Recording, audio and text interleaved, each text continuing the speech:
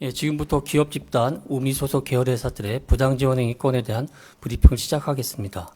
1페이지입니다.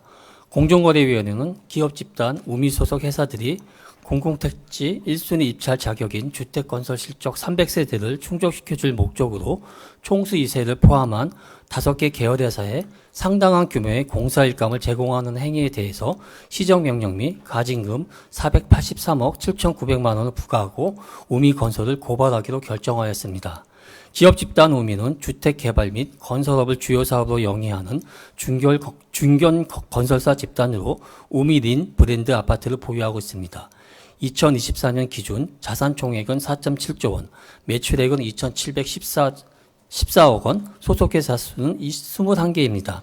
우미그룹은 2010년대부터 공공택지 입찰에 다수의 계열사들을 동원하는 소위 벌떼 입찰에 적극적으로 참여하였습니다. 그러던 중 벌떼 입찰에 대한 사회적 비판이 거세지고 실질적인 사업 능력이 없는 업체가 공공택지에 당첨되는 사례들이 많아지자 2016년 LH는 공공택지 1순위 입찰 요건을 강화했는데 구체적으로 주택건설 실적 300세대를 갖춘 업체만 1순위로 입찰할 수 있도록 제도를 개선하였습니다.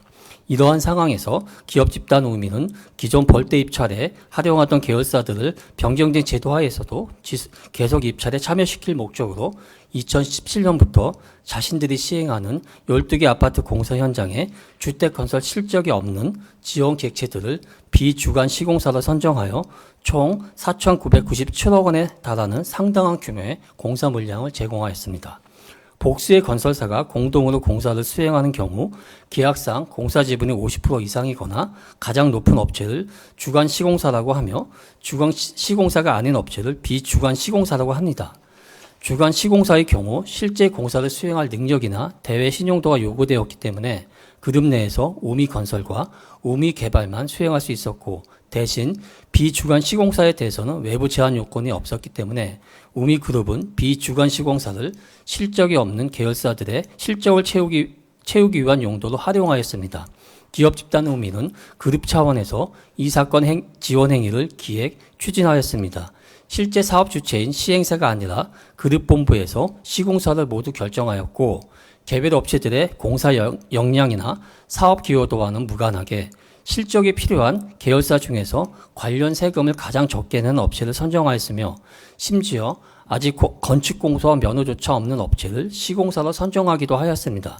또한 그룹본부는 공사 이행 과정에서도 경험이 없던 지원 객체들이 공사를 수행할 수 있도록 다른 계열사 직원을 전보해주거나 심지어 시공사들이 수행하여야 할 계약서 작성, 공정관리, 하드웨어 업체 선정 등 업무를 대신 수행해 주기도 하였습니다. 5개 지원 객체들은 이 사건 지원 행위를 통해 총 4,997억 원에 이르는 막대한 공사 매출을 확보하였으며 이를 통해 모두 연매출 500억 원 이상의 중견 건설사로 성장하였습니다.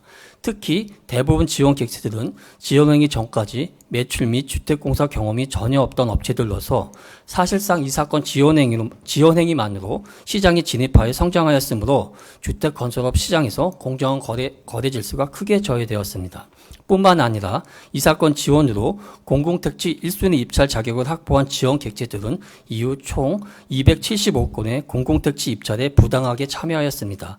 그중 지원 객체인 우미 에스테이트와 시무종합건설은 2020년 실제 2개 택지에 추가로 낙찰되기까지 하였는데 기업 집단 우미는 해당 2개 택지를 개발하여 매출 7,286억 원, 매출 총이익 1,290억 원을 추가하였습니다.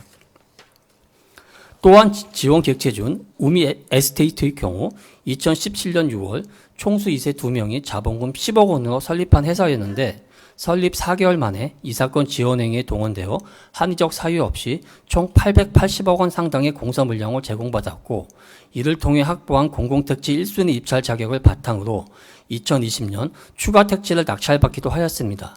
2022년엔 총수 2세들은 자신들이 보유한 우미 에스테이트의 지분을 우미 개발에 127억 원에 매각하여 5년 만에 117억 원의 매각 차익을 얻었습니다. 공정위는 기업 집단 우미 계열사들의 이러한 행위가 지원 객체들에게 상당한 규모로 거래하여 과다한 경제상 이익을 제공한 것으로 공정거래법상 부당 지원 행위에 해당한다고 판단하였습니다. 이번 조치는 계열의 회사에 합리적 사유 없이 상당한 규모의 아파트 공사 일감을 몰아주어 과다한 경제상 이익을 제공한 부당지원 행위를 제재한 사례입니다. 특히 특수관계인 회사가 아니더라도 입찰 자격을 인위적으로 만들어주기 위해 계열회사를 지원하는 경우 공정거래법상 부당지원 행위에 해당할 수 있음을 확인하였다는데 그 의의가 있습니다. 이번 조치로 국민의 주거 안정과 밀접한 주택건설 시장에서 일부 건설사들이 자신들의 지위를 강화하기 위한 반칙 행위가 근절되고 공정한 거래 질서가 확립되기를 기대하며 특히 편법적인 벌떼 입찰에 참여시킬 목적으로 공공택지 입찰 자격을 계열사에게 인위적으로 채워주는 행위가 근절되어 향후 사업 역량을 갖춘 사업자에게 공공택지가 공급될 것으로 기대합니다. 지금 이 부분은 이제 뭐 사익 편취 규정이 아니기 때문에 기본적으로 이권 행위 자체는 특수관계인 2세들을 지원하는 목적이 아니라 계열사들의 입찰 자격을 채워줄 목적이기 때문에 그 부분은 사실 뭐 위원회 심의에서 법적 요건이 아니기 때문에 고려하지 못했습니다. 고발 대상이 왜 우미건설로 특정됐는지가 좀 궁금하고요. 기본적으로 지금 이권 행위를 모두 기획하고 이제 지시한 거는 그룹 본부인데 그룹 본부에서 가장 이제 중요한 역할을 한 게 우미건설이기 때문에 저희가 우미건설을 이제 법인 거부한 겁니다. 벌떼 입찰이라는 게 이제 관행적으로 이루어졌던 부분이고 저희가 이제 벌떼 입찰 자체를 뭐 공정거래법으로 문제 삼을 수는 없고 그 과정에서 이제 부당지원 행위나 이런 부분은 이제 저희가 계속 이제 모니터링하고 있는 부분이라서 그 부분은 추후적으로 저희도 뭐 계속 문제가 있는지를 적극적으로 모니터링할 계획입니다. 호반권 같은 경우는 지금 이제 대법 판결이 남아 있고 이제 전매 부분이 있어서 아마 대반권하고는 이제 직접적으로 연관 관계가 있다고 보고요. 지금 이 건은 앞에 이제 기존 벌떼 입찰 건하고 뭐 제일 건하고 제일 유사하고 대방이나 중국 같은 경우에는 특수관계인 지원 그런 의도가 있었기 때문에 약간 차이는 있습니다. 이 호반권 판결이 직접적으로 이 건하고 영향받는 그런 건은 아니에요. 행위 자체가 다르기 때문에.